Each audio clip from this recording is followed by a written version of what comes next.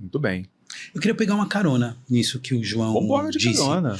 Porque muito provavelmente quem tem esse entendimento que produzir conteúdo é algo muito difícil, não é uma pessoa que se parece com a gente e nunca viveu essa rotina que você acabou de contar aqui pra gente. E aí, especificamente, sobre nano e micro influenciadores, pretos especificamente, a produção de conteúdo é um lugar de mobilidade social. E isso, né, além de você poder deixar de ter essa rotina super complicada, né, do transporte público nas grandes metrópoles, que às vezes você fica 1h30, 2 horas para ir, mais 1h30, 2 horas para voltar, ou seja, você está perdendo 4 horas do seu dia só para chegar no teu lugar de trabalho. Você também consegue ir contra a corrente e sair de um extrato social que meio que a gente está trancado, né? A sociedade está formatada hoje de um jeito para que você nasça e morra exatamente da forma, para que você nasça e morra exatamente da forma como tudo começou, né? E uma das coisas que eu sinto muito prazer quando eu vejo nas redes sociais, e que meio que já está virando um clássico, é a foto, é aquele post com a pessoa segurando o molho de chaves na mão e o apartamento ou a casa pelada no fundo, porque ela realizou o sonho da casa própria. Porque eu não sei você, tá? Não sei quem você segue, não sei qual é a tua origem, e tem gente que diz que comprar casa própria é uma bobagem, que é muito melhor você alugar, né? Enfim. Diz o cara com 3 mansões, não é isso? Exatamente. É isso. Diz o herdeiro. Diz o herdeiro. Não compre, mas diz o herdeiro. Então, se você não é herdeiro, eu imagino que você deva ter esse sonho também, e a produção de conteúdo consegue te levar para esse lugar, se você trabalhar sério, né? Se você de fato encarar isso como uma profissão, com uma certa velocidade.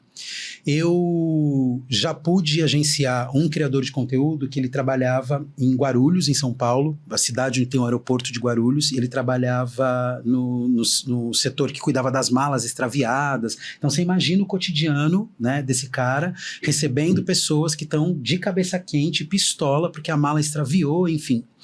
E ele produz conteúdo sobre finanças.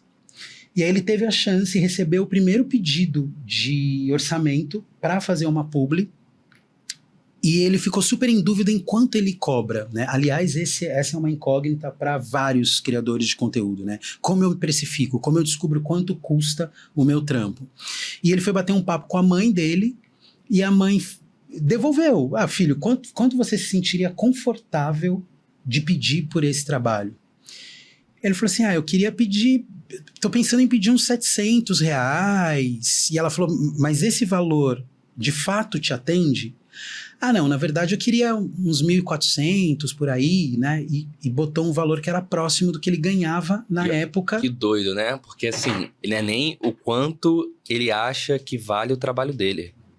Mas na real, precificação é sobre quanto você acredita que você vale. Sim. É sempre isso.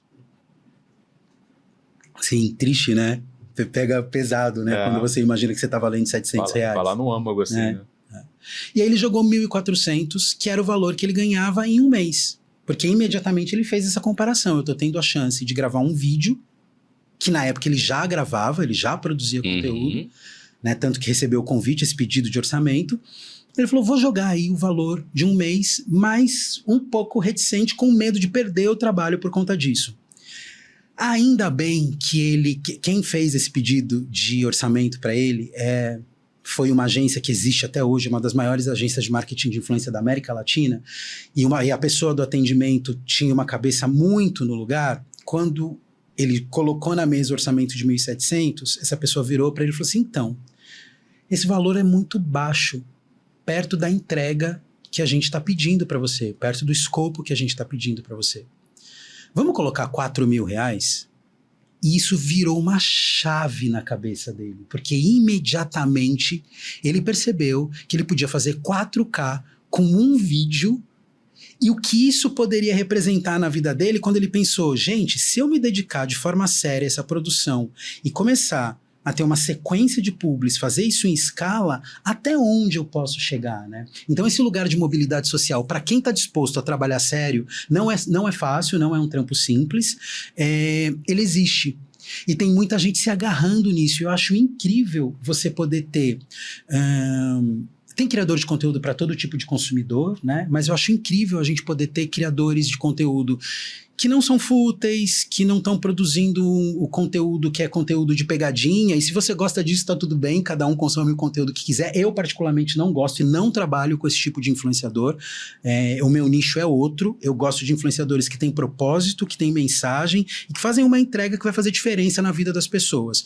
A produção de conteúdo por entretenimento, que é o maior nicho hoje no Brasil, sem dúvida é o maior nicho, não me interessa e eu não quero trabalhar com essas pessoas. Eu, de fato, tenho interesse nessa transformação e em transformar esses criadores de conteúdo de entrada, né, que são os nano e micro criadores de conteúdo, para que eles possam ter a melhor performance possível, dentro do menor tempo possível, do jeito que eles estão vivendo agora, né? Porque eu tô falando de criadores de conteúdo que geralmente começam a produzir conteúdo sem iPhone, que usam um microfone que não é um microfone original. Então é aquele microfone que é mais barato, mais tosco, que tem mais chiado, né? Estamos falando de um processo de produção de conteúdo que não é confortável, geralmente não tem iluminação, ou é aquela iluminação feita com cano e luz de supermercado mesmo, ou a janela da casa do cara, né? É esse tipo, eu tô a serviço, meu trabalho tá a serviço desse tipo de criador de conteúdo, porque eu acredito que eles tenham muita relevância e muita coisa para falar para a audiência deles, né?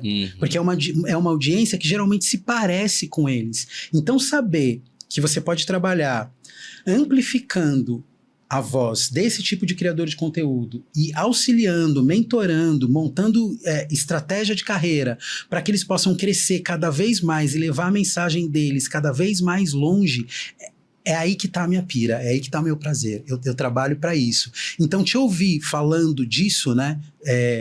Que você não considera a produção de conteúdo algo tão árduo, assim, imagino que vai ter um monte de gente que ouviu isso e vai cair super mal, né? Como assim?